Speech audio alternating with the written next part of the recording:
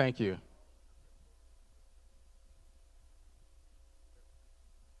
Good morning.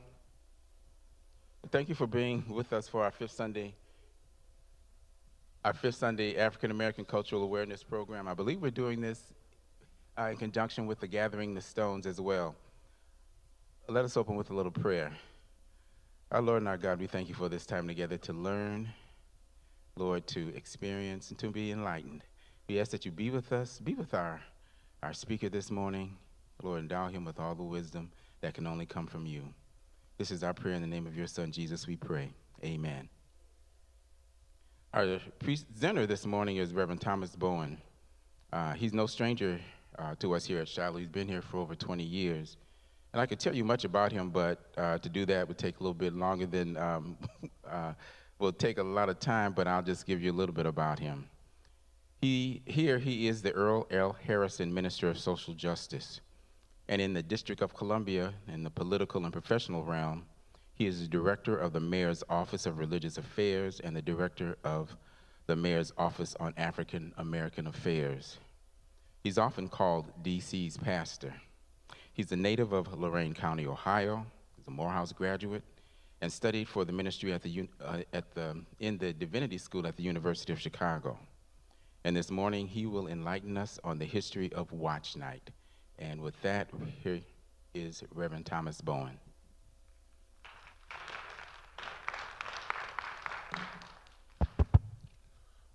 Well, good morning, everyone, and Happy New Year's Eve.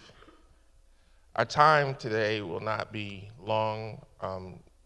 We were planning to stop, I think, at 9:20 to get the sound check for the morning service. But I hope to leave a few minutes for questions, because I think that our understanding will be broadened by the questions you have and not that which I have prepared. Now, I must admit that I didn't grow up going to watch night service. I did grow up going to church. It was not because I wanted to. It's because I liked having clothes on my back and a roof over my head and food on the table. And going along with that contract meant that every Sunday the Lord did send, I would be at church. If nobody else was going to be there, I was going to be there. I'm familiar with watch night service because in my little small town of Elyria, Ohio, in northeast Ohio, about 25 miles west of Cleveland, what they would do is they would select a church each year to host the watch night service. This was done under the auspice of the Elyria Ministerial Association.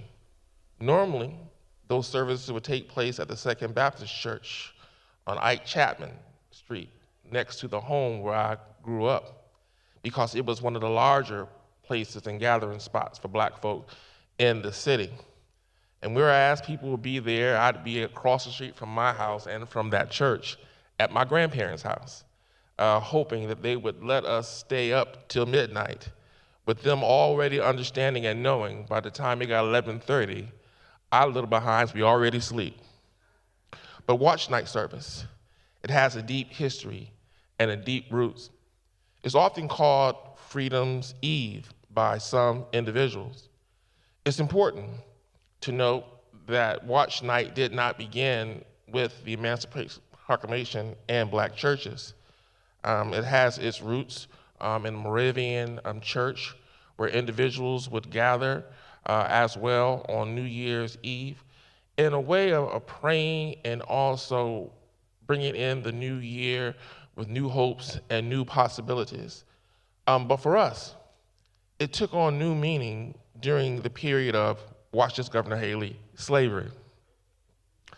And that we would gather because we also understood that on some folks, and we're gonna update some of our terms on today, that on some of these places, which many folk call plantations, and now they have weddings and gatherings on these places that used to house our enslaved ancestors. We know that those plantations are really locations of forced labor. We need to strip it of its beauty. We need to look at it for what it was. Those are not places that we should put on our bucket list. Those are our places where our ancestors bore chains, where our ancestors worked from sun up to sundown, when our ancestors had nary a day off, and families were broken for the profit of others. And another way of looking at what's taking place in these updated terms is it was human trafficking. Nothing more than nothing less. And in some cases, you could even say it was human sex trafficking going on during that period of time. And please do not fall for the hoodwink of saying that was then. You cannot say that's how it was then when there are people like a William Lloyd Garrison who stood up with moral courage and said that it was wrong, if that was how it was then. We have to look at that this country has a stain on itself, that it would dare enslave God's people, created by the one who sits high but looks low. Now, on some of these locations of forced labor, every now and then it was said that some of the enslavers, keep with me now, enslavers, slave owners, enslavers, some of them found mercy in their hearts, and that on December 31st would let or release and give freedom to some of those who were enslaved. But it's during the Civil War, a war fought with the issue of slavery, which was also the issue of money and capitalism between the North and the South. And that it was thought that on that grand day of December 31st, that perhaps the occupant of the White House, the People's House, Abraham Lincoln, will have a come to Jesus moment and sign the Emancipation Proclamation. It was so alive and well that folk, our ancestors, would gather into places of worship on watch night, hoping, wishing, praying that would be the day. Now, when I say hoping and wishing and waiting, it doesn't mean going down on bended knee and then going about our merry way. Hoping, wishing, and praying is believing that God will work with you. And so we still had agency in that, and we still, via that intricate transportation system, which cannot be mistaken with Metro, and that is Underground Railroad. And that we still put together ways to find a vehicle and a mechanism for those who just could not take it any longer and who thought it and was willing to risk life and beatings if caught and make their way to freedom land. But December 31st, again that night, that people would gather together. And we can't miss this. They didn't gather together at Pilates. They didn't gather together at brunch. They didn't gather together at yoga. They didn't gather together at CrossFit. They gathered together at houses of worship, places of hope. They gathered together at houses of worship together in one place, and dare I say, a one accord, thinking that perhaps this might be the day. And the significance for us is that we shine a spotlight on December 31st, 1862. We're not too far from here. Abraham Lincoln resides. I found out, Reverend Mensa, as you did, just how close the White House is. That Easter that the Obamas came to worship, and service is going to start promptly at 10. And then about 10 minutes to 10, the White House informed us that the Obamas were leaving the White House and they'd be here shortly. And we were like, how are they going to be here on time? And the Secret Service just looked at us. Won't be any traffic or parking issues for the Obamas coming. And never witnessed how, just like a time measure, as they stepped through that door, that the choirs and all their regalia began to sing total praise as well scripted, because that place is not too far from here. Abraham Lincoln. And it's at that time that the People's House was the People's House. It was opened up and people could come to see it, and the president would greet each and every one who came through that door. And I read recently that there was a concern in 1862 by President Lincoln that if he shook that many hands and then went to sign the Emancipation Proclamation, people might examine it, as we were prone to do, and say that perhaps his hand was shaking when he was doing it, but it would have been a result of shaking too many hands on that day, so he almost gave up on that particular tradition. But I want to transport us right now to December 31st, 1862. Now I want them in our rich history, because in Fredericksburg, if I'm correct, and our historian can correct me, I believe in Fredericksburg at what's now called Shiloh Old Site, there were people in that congregation, both free and those in the throes of slavery. I can imagine a church meeting then with folk who perhaps could not read and write and were enslaved, and those who were free. I believe that the Senator Burt, a senator from Massachusetts, had family there at Old Site Shiloh. But come with me again to Washington, D.C. The sounds are much different. The air perhaps the same. People are making their ways to houses of worship. It's December 31st, 1862. They're going into houses of worship, hoping that perhaps the new year would be the year. But they had already told their souls that they that wait on the Lord shall renew their strength. And I struggle with trying to figure and try to capture how that word would have gotten out. Wouldn't have been any text messages. Wouldn't have been many phone calls taking place. It'd been mainly through a word of mouth, or people taken to the streets when something happens. You know, I've taken to the streets on occasion when good news happens. I remember when it was announced that President Biden had won the election, and folk on my street who'd even talk to each other. We were out in the street jumping and dancing, opening up our doors because of jubilation. December 31st, 1862, gathered together for a watch night service, a night that will be like no other night. I don't think that the black church has ever experienced a night like December 31st, 1862. The thought of it brings chills to my spine. Gathered together in prayer and hope and faith. Hope and faith took them to those places of worship. You go to church still with hope and faith? Hoping and having to believe and faith that perhaps 2024 would be a new year, a better year, a greater year for you? As you should understand that the best is yet to come. Night, December 31st, 1862.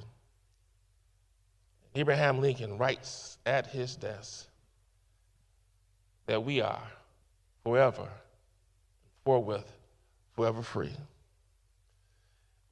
This country is still trying to recuperate from that day. They still have anger. Our nation is still in need of some deep counseling sessions over what took place with that. That's why you have a person wanting to be president who can't even say the word slavery and have to get advice. And although they're responsible for taking down these structures that highlight a losing cause in terms of Confederate statues. December 31st, 1862. You know, and it's said that these days many of our younger folk, I'm now saying that, don't go to church as much. But you cannot judge a person's faith by how often they go to church. You cannot not judge that we have young people who still believe in God, still believe in grandmama's God, make their way on Christmas and make their way on Mother's Day and Easter, and we should stop trying to shame them about that and welcome them and let them know that you can get this each and every Sunday. It could be that they come Easter, Christmas, Mother's Day because that's some of the better services. But if each Sunday was like that, perhaps they'd be there more often. But young people do consider going to church for watch night because they have hopes as well. They have hopes and prayers that go along with their vision boards. The vision that they have for themselves and their families for the coming year. We would do well to kind of mix what we are doing with what they do. And maybe we need a vision board. In 1862, it would have been this year freedom. And a commitment to that. And we ought to have some commitments that go along with our hope and faith. Watch night is not just about having some place to go that's cheaper on New Year's Eve. Not everybody can afford a $200 buffet and all the water you can drink at Dirty Habit for $200, my receipt, for whatever it is. But we gather. And it's important now more than ever we tell our young people. That's why in the state of Florida, it was the black churches that came to take the lead. And as that governor, no insult to other governors, that governor in Florida went along with the trend there, and want to take the Black History curriculum out of the schools. It was the churches that stood up and said, we got a curriculum. In fact, we have one every week. It's called church school and Sunday school. And you can get it. It's called a SALA, Fifth Sunday History Program at a Shiloh Baptist Church, that the churches in Florida stood up. Because in black folk time of need, it will always be the churches. In our country's time of need, it will always be the black churches. History says this, and history knows this, which is why there are some places the things that are being attacked the most are the black churches. If they weren't so powerful, nobody would try to burn them down. But we got to share this lesson, the importance and significance of watch night. Because it's not a one-off for Shiloh, that there is a need this year more than ever to have a watch night service. We have some prayers that we need to send up. We have some hopes for 2024. With the presidential election on the line. And it ought to be enough to keep you on bended knee and keep you on the phone and keep you talking to people and praying along the way. And for we should append our fears with our hopes, and that's what happened. On December 31st, 1862. I tell you, having admitted that I didn't grow up going to watch night and trying to prepare this explanation for you, it opened my eyes more than I don't think they'll ever be. On December 31st, that I'll make my way to somebody's house. It could be during the day like we're going to do on this day, and some congregations have been doing it for a while, or it could be at night. And in fact, the reason why some places don't have it at night ought to be a reason to pray, that we can have peace in our streets. That our young people will have adults they can trust and who won't walk away from them. Stop saying we have a problem with youth. We have an adult problem. Cars that are taken are sold to adults. Young people in the streets, because some adult, given many factors, we can't shame some parents who did not have the parents that you had or I had. It is difficult. In fact, when you see a young person without an adult present in their life, you ought to thank God for the parent that you had. Even more. That Mary Elliman said it correctly, that in this country we all have unequal childhoods. And it took a village. It took a nosy neighbor. The fact that about a month ago, a parent saw their child involved in a carjacking and called the police themselves on their own child. That takes a whole lot. That takes a whole lot to do. And that family is going to need our support. December 31st, 1862 is a sacred day. And watch night is a sacred night in the history and in the day-to-days and in the annuals of the Black church. One that we come in the same way, thinking that there's going to be some good news. That we'll hear a word from the Lord. If you don't hear a word from the Lord on New Year's Eve, perhaps it'll be the next day. But remember, they that wait on the Lord. It wasn't that they were disappointed. You decrease your chances at disappointment when you understand that God's time is not our time. Neither are God's ways our ways. But we hold up hope that one day, that's put that on your calendar. One day, they that wait on the Lord believe that one day. It's almost like, I thought I had learned, Reverend, so don't bring up sports at Shiloh Baptist Church. But that game last night, the major illustration. Lions had stood there in the game and had the ball and had the opportunity to tie it or win it. Went for the win. And seemingly all of us who are Commanders and Eagles fans and Giants fans, we celebrate, oh, touchdown, but then the refs had something to say. And then they tried it again. But that's the kind of hope we need.